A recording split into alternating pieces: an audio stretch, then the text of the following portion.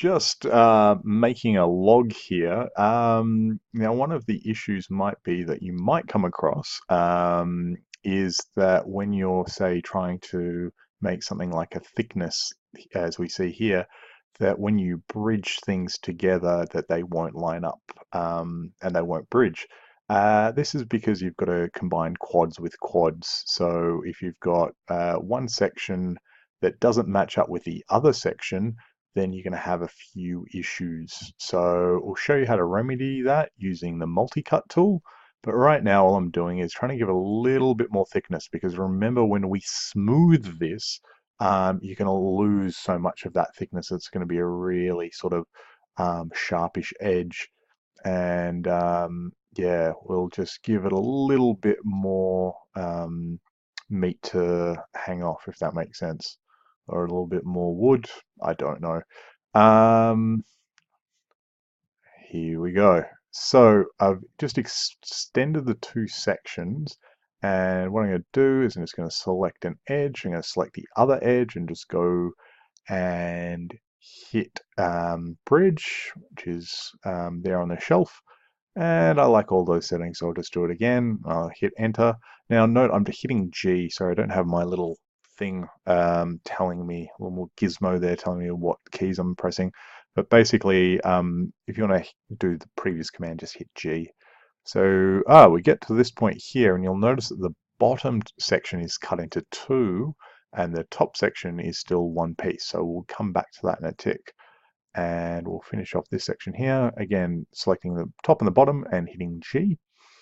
So the issue is, if we have a look around, is that that section there is two on the bottom and it's one on the top. So we'll just split that in two using the multicut tool.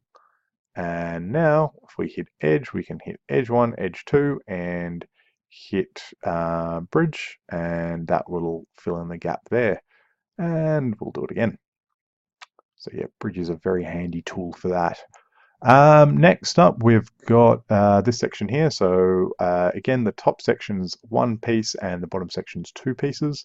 And we'll just use our multi-cut tool again, and we'll split that into two. And notice there was an extra node there we didn't want. So we'll do it again, and we'll just have it in two. And yeah, really simple. Just select the top, select the bottom, hit bridge. Very similar that you'd see in, I'd say, half a dozen other CAD packages from your SolidWorks, your Rhino, and whatnot.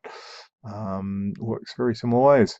Now what we'll do is, I think we've done everything, so we're going to get the object in, smooth it, and then bring it over to Mudbox.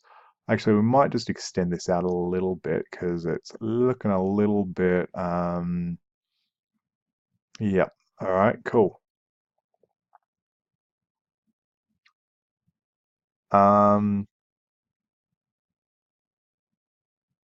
Yeah, I just want to fatten that up, and look at that. Yeah, sweet. It's not super duper pretty, but it'll do. It'll get us into Mudbox. We'll just give it a little bit more thickness there.